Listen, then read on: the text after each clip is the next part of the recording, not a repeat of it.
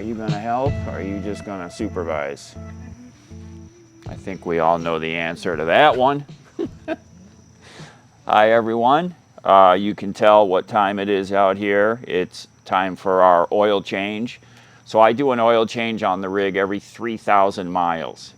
It's an older engine. My friend Harry, that's the Ford mechanic, he recommended every 3,000 miles. When I got the rig, I was doing every 5,000 miles for, I think it was the first year. And then when I met Harry and started talking to him about the truck, he said that he would do it every 3,000 miles. So that's what I do, and I've been doing it that way for the last 5 years. So we get 4 gallons of Rotella T4 15W40, a little thicker. When I run the thinner oil in my engine, it tends to cause a little bit of seepage in the gaskets. One thing that I did, if y'all have been around for a while, you know I used to use the Motorcraft FL 1995 filter, but they switched, they updated it to the FL 1995A, and it's an entirely different filter. The internals are different, the dimensions are different, and I read some stories on one of the truck forums of guys that have been using the FL 1995 forever. They switched to the A version, and they had oil pressure problems. So I didn't even want to mess around with that.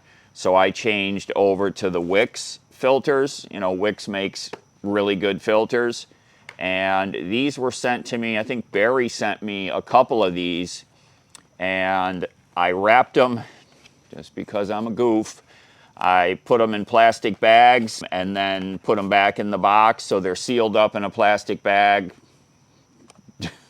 for whatever reason. Just so that no airborne dust or anything got into them. I just pulled one out of storage, and we're going to use it. Another thing that I got on the drain plug, the oil pan drain plug, all of these should have a crush washer on there. It's like I'm not sure if it's copper or brass. I think it's copper. It's a crush washer to help seal up so there's no seepage around the drain plug.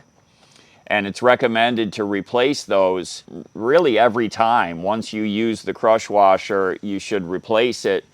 Now, I've reused them without any problems, without any seepage. I flip it over the other way and reuse it.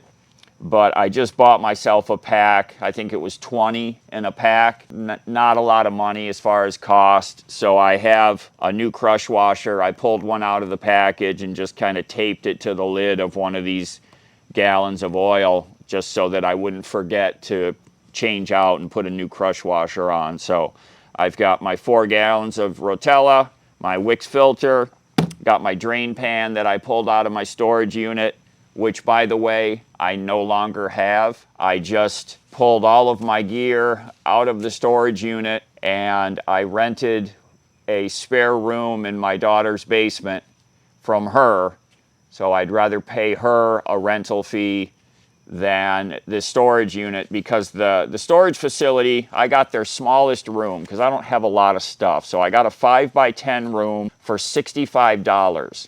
And then they raised it to $90, and then they raised it to $110. And this is over just 1 year. I just got it a year ago. So I decided it was time to find an alternative. It was a nice place, brand new building, climate controlled. All of my stuff was in the exact same condition. I was on the 3rd floor, so it didn't get wet or moistured or anything. It was air conditioned in the summer. So it was a nice place, but gosh, they raised the rates. And if you go on their website right now, that 5x10, they have it advertised for $68. And then way down in the fine print, it says that these advertised prices may be changed in the future and may just be for new customers as an introductory price. I never knew anything about that when I rented this a year ago. So just this past weekend, Dalen and I went over there and we cleared it all out. We moved everything over to her house. She was a real beast. She helped me muscle everything down the basement stairs, got it all into that spare room that she has, and that's all set. And I paid her my first month's rent. So she feels good about it. I feel good about it. So no more storage unit for me. I guess technically I do have a storage room, but it's in the family. I like it better that way. I've got my oil filter wrench. I've got my flip out mat here. So you unfold this, something to lay on instead of the driveway. And then here's my wrenches. Dalen gave me these two wrench holders. So these are my standard wrenches. And then the other one has all my metrics. So if I remember right, it's a 3/4 inch wrench that will loosen that thing up. So I just got this out here. These are awesome. It really opened up my tool tray so it doesn't weigh 100 pounds anymore. And there's my 3/4 inch wrench. So these are from Rockcoon, Rockcoon. She got me a pair of these, again, for standard and metric. I love them. And sweetheart, if you're watching this, thank you so much. One of the greatest things I've received in a long time. So I'm going to get my rubber gloves on.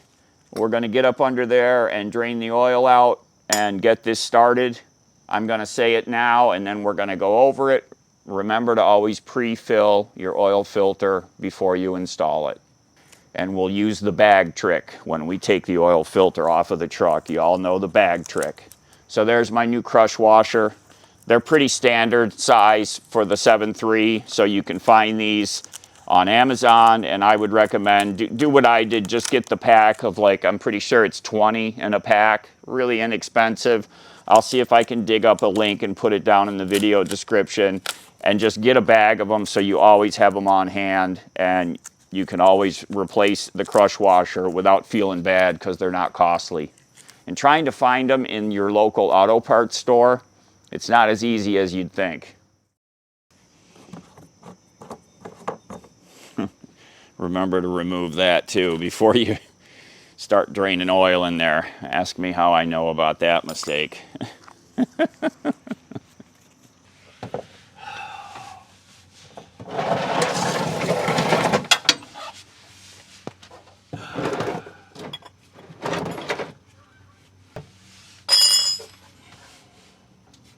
There we go. Okay. Drain plug is out. Get one of my dirtier rags here. You know, you have to classify your dirty rags. Really dirty, medium dirty, not very dirty. Yeah, what a knucklehead. Lived a good life for me. I don't know if you can see how dish that is.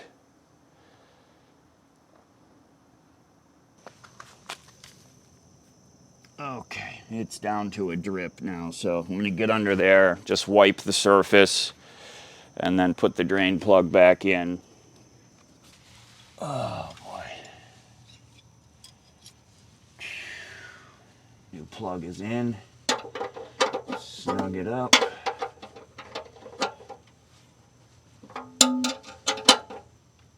Okay, that's nice and snug. Now, time for the oil filter. So for this, I always come in from the side. Got my handy chain oil filter wrench.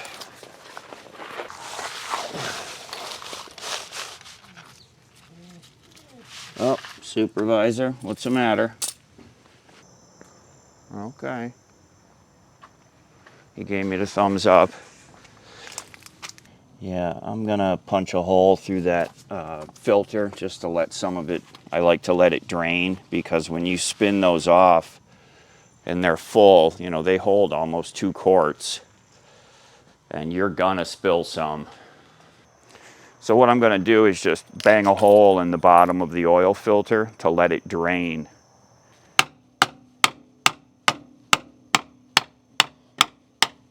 There it goes. Okay. Very thin stream coming out of there, so I'm going to go ahead and spin it off. So the old bag trick, I'm going to be using an Amazon bag. I've got a handful of paper towels stuffed in there. So once I crack the filter loose and can start spinning it, I put this up over it and then spin it the rest of the way off. you know, with the plan being that all spillage goes into the bag. So I've been doing the old bag trick for years. Lefty's checking it out to make sure everything's looking okay. Am I doing all right? You can see the oil coming out of there. There we go. Come on, baby. Come on. Okay. She's spinning. There we go. There, she's loose. Okay. Pop this wrench off of here. All right, now let's see if we can get the old bag on here. And now get this out of the way. Okay. All right. Great. This snarly, nasty little dog. Hey, I like the Amazon bag. This actually is working really well so far. Look at that. I like it. Tray back up under there to catch any drops. Look at that. That worked out really good. Oh, heck yeah. Not a drop. I always want to make a point of making sure that you all fill up your filter. So you can see I had these wrapped up in big garbage bags just to keep any airborne dust or stuff from getting in them while they were in storage. I don't know why, just I felt like that was the right thing to do instead of it just being open like that. Okay, so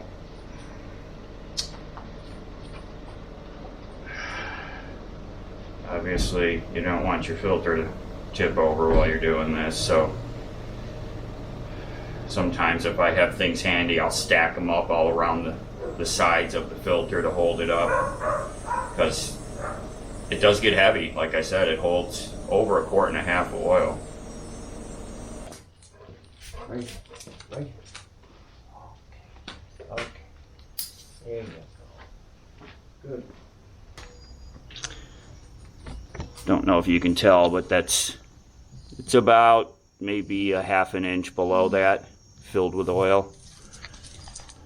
Oh, look at this. Okay, go ahead. Don't give me that stink eye. I see you. I see you giving me that stink eye. Okay. Okay, I'm just going to get up under there and wipe the mating surface clean where the filter attaches. I've got it all filled with oil.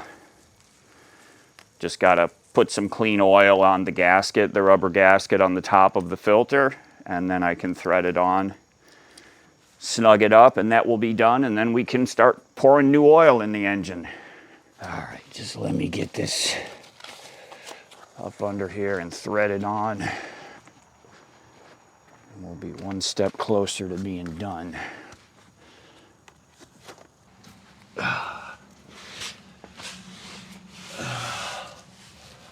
Okay.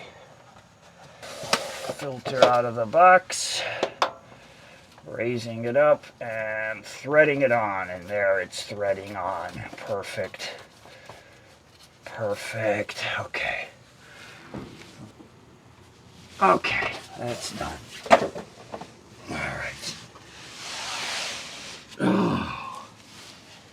Oh my gosh. Okay. That's done. I usually put in 14 because, you know, the H-pop has some in it, and then I check it after I run it for a little bit and top it up from there. Okay, there's 4 quarts.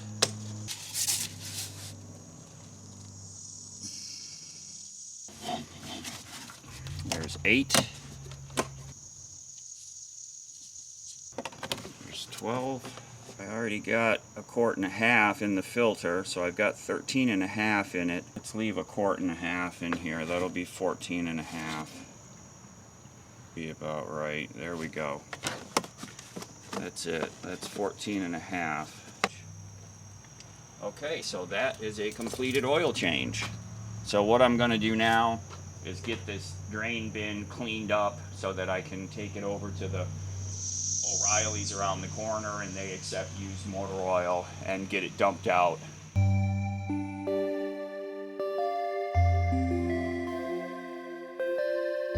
I was just on the Facebook and I saw a message from a friend of mine and it reminded me of a story.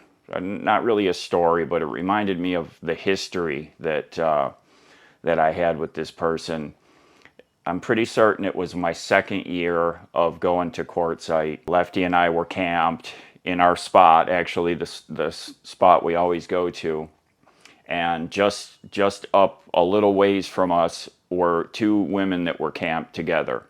And every day we would walk on the road and go past their camp. And then one morning they said, "Hey," and one of them actually had recognized us from YouTube. And this back then was surprising because our YouTube was, you know, we're this big now and we were even smaller back then, but she recognized us from YouTube. And so we ended up becoming good friends with them and hanging out all the time down at their camp. And, you know, part of our daily routine was going over there to visit with them. And so the next year, when we went down there, they were there again, those same two ladies, and they were camped in our area again, but not in the exact same spot. So they were down at the far end of that area that we camp at. So we would still go down there and visit with them all the time. And one of them had a hammock that she had set up. And that was our, Lefty and me, that was our favorite thing, was to go down there and sit in that hammock. And I dug up some photos that I found. They had snapped some pictures of us. You know, we would be sitting there lounging out, and I didn't know they were like snapping pictures of us while we were sitting in the hammock. And just so comfortable to sit there and swing back and forth in that hammock. So really good to know those two. And then the following year, one of them came back. The other woman, I forget the reasons, but she didn't come back to Quartzsite that year. And so the one that did come back, she was actually the host, the camp host, the BLM host for the area, and which was pretty cool. So she was still in the area, but she wasn't right in our camp area. So we would stop and see her when we were coming and going from town. We would stop in and see her and sometimes pick her stuff up at the store and drop it off. So we became, you know, that was 3 years in a row that we saw her down there. And after that year, that was the last time that I saw her. She took a job at some other location, and she ended up staying on there. And so she never did come back down to the Quartzsite area. And I just remember meeting those two and becoming good friends with them, and then seeing them the next year, and then again the next year. It was really nice. And that's when I kind of learned about Quartzsite and the gathering of friends and seeing the same people year after year. The one woman that was there for 3 years in a row, she really helped me to get that feeling. And one of the things that she would do, she would make some great food. And so a lot of community feeling that I got, that I learned from her. And one of the things that she did was she had movie night.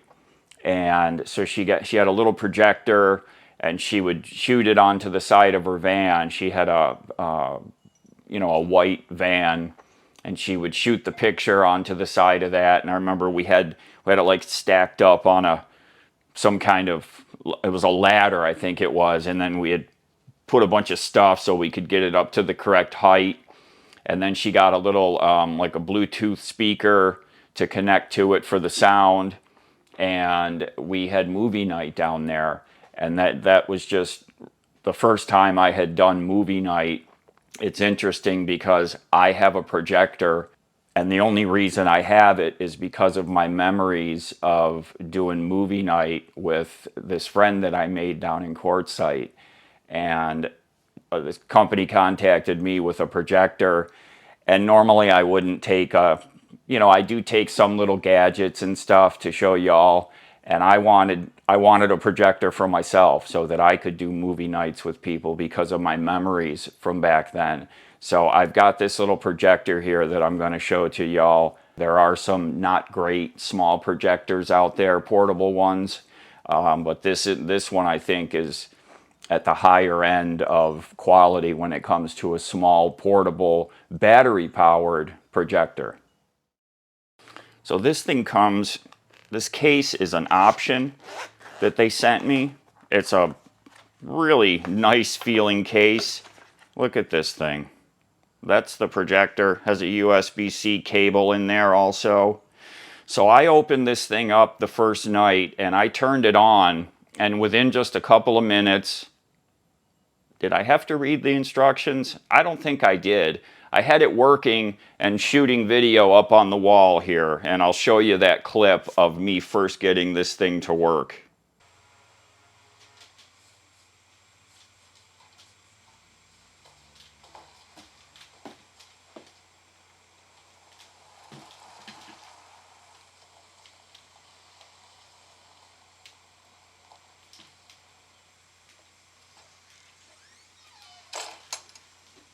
So I was really impressed. I was shooting it in here. The room was not super dark. I'm shooting it onto a medium dark wall here, so not even a white screen. They do offer a screen that you can add, but the thing that blows me away is just how small this thing is. And it has a good weight to it. The way that it's designed, it has to have a heavy bottom so that it doesn't tip over. So this base here is really quite heavy. So for the size of it, it's surprising how much it weighs. And they have it with this trifold, this design like this, so that you can, do some aiming. You can aim it up and down. So instead of like putting a pack of gum or, having a little thumb screw or something underneath it, you can use it to do the fine tuning just because of the way it's designed. You can also lay it on its side. If you're playing a video that's in the vertical format instead of horizontal, you can lay it on its side and it'll shoot that. So it has autofocus. So this is the projector lens. This here is a camera that it uses to autofocus the picture. It also has keystone correcting. I call it pin cushioning. I don't know why. A pin cushion that's shaped like that. So when I say pin cushion, keystone correction, I always called it pin cushioning correction. So when you have you're shooting at an angle and it's warping the picture, this thing, you can auto correct that. So it's got a lot of really neat features built into it. So you can play videos on this either by connecting your phone to it, and I'm going to show you how I was able to. I went outside when it got dark and I shot it on the side of the truck, and I'll show you just how quick I was able to connect my phone up to it. So I was streaming from my phone to this thing like that, like really quick. We are going to hook up the RZen projector. I know you probably can't see me very well, but that's by design. So first thing I'm going to do is hit the power button and turn it on. You just push and hold, and there it came on. Now I extend the stand a little bit, and I'm going to shoot it right up here off the side of my truck. So then I got to start up my phone. I'm going to connect to it. Just takes a second. There it is. It showed up. I click, and now it's going to mirror my phone screen.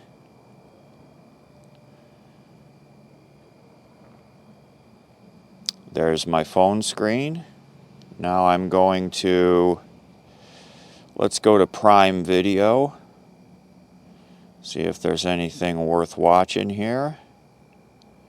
Let's try Pacific War. Episode 1, watch now.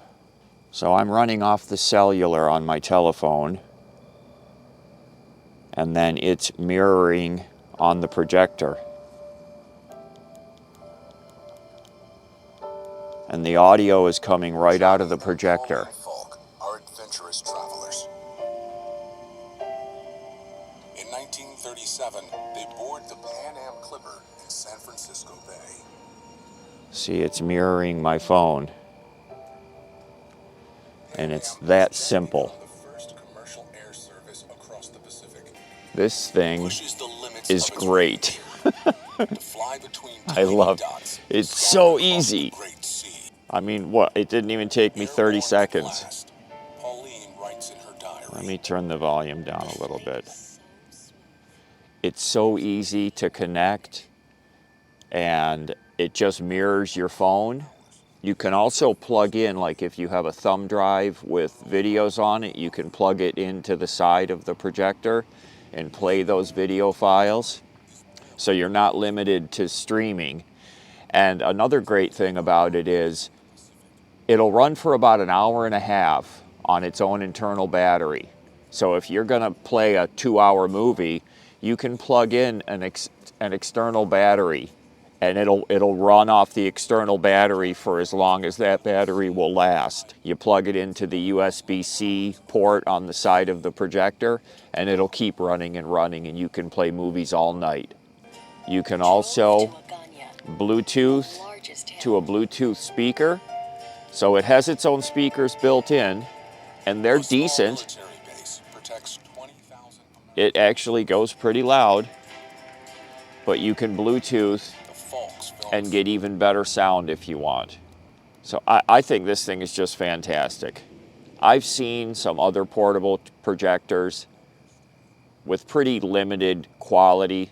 There's a remote control app on my phone that I can control the projector through the app on my phone. So there's all kinds of features built into this thing, and I think it's just super great.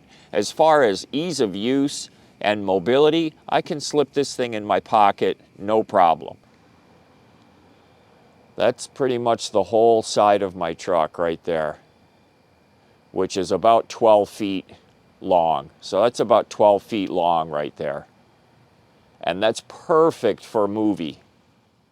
So this is from a company called Arzen, A-U-R-Z-E-N, and this is their zip, their tri-fold zip. Comes with a 2-year warranty, and you go and register it, and you get an extra year, so you get a 3-year warranty once you register it. Really great. I'm really impressed with it. Obviously, very small, very portable. I'd recommend this carry case. It's a really nice rubberized carry case. If you're interested, go check out the links down in the video description. And thank you, Arzen, for letting me relive some memories from my past by sending this to me. I appreciate that. Come on. Come on down. Let's get the good dinners. Come on. Come on, puppy. Come on. Come on. I got something for you. I got something for you. There, yo, little skidding around that corner. Yup. Okay. We're gonna take the rejected dry kibble. Oh, Grandma just fried up a bunch of ground beef, too. Oh. And then we have... my friend David gave us some Poffy bone broth and more. A spoon of that on there. It's a powder and some warm water. Makes it delicious. I'm going to throw a little bit of that on there too. And he's going to definitely be chowing down on this in a couple minutes. Hi everyone, I hope you can see me. I want to focus on your standard 8-pack of Gatorade. So Mom, when she goes shopping, grocery shopping, she finds these deals. They had buy 2 of these, get 2 free. So for the price of 2 8-packs, we got 4. So I have this stockpile of my favorite flavor. This is, what is it called? Glacier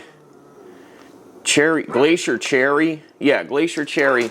Doesn't really taste much like cherry, but it is my favorite flavor. But besides all that, what we're here for is my daughter Jalen, bless her, showed me how to get the 8 bottles out of this plastic gripper thing that they come in without fighting and pull. You've all done it, right? You gotta pull and yank and you cuss but there's a system that's designed right into these that I never knew about. So right here, you see this little loop right there?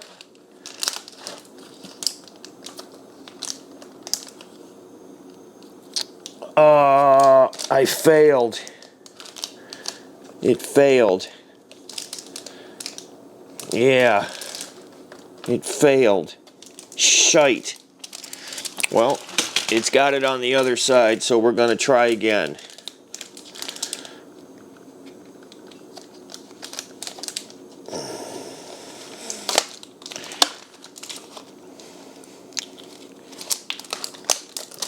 Well, this one is just not working out like it's supposed to. So we're going to have to try it on the next one. Alright, since that was such a failure, and it ruined my whole video, we're going to try another one here. So what they actually have a perforation that runs the whole length of this plastic or rubbery thing here. And if you grab a hold of it and go zoop, it opens up and those 4 just fall out.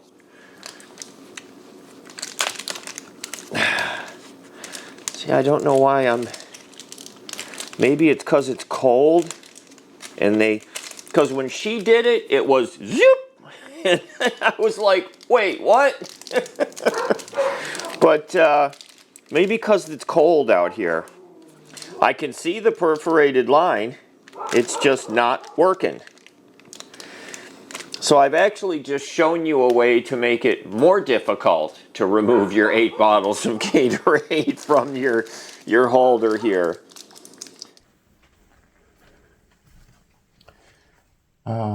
What's all the noise in here? Huh? What are you doing? What are you doing, sir? Don't try to act innocent. I heard you. You know Grandma and Papa are still sleeping. Alright? See if you can keep the racket down. They're still sleeping. Grandma's still sleeping.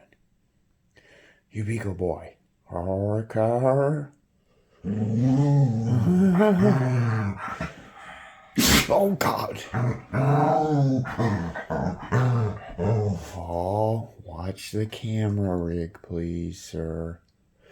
I know that's not your problem. Yeah.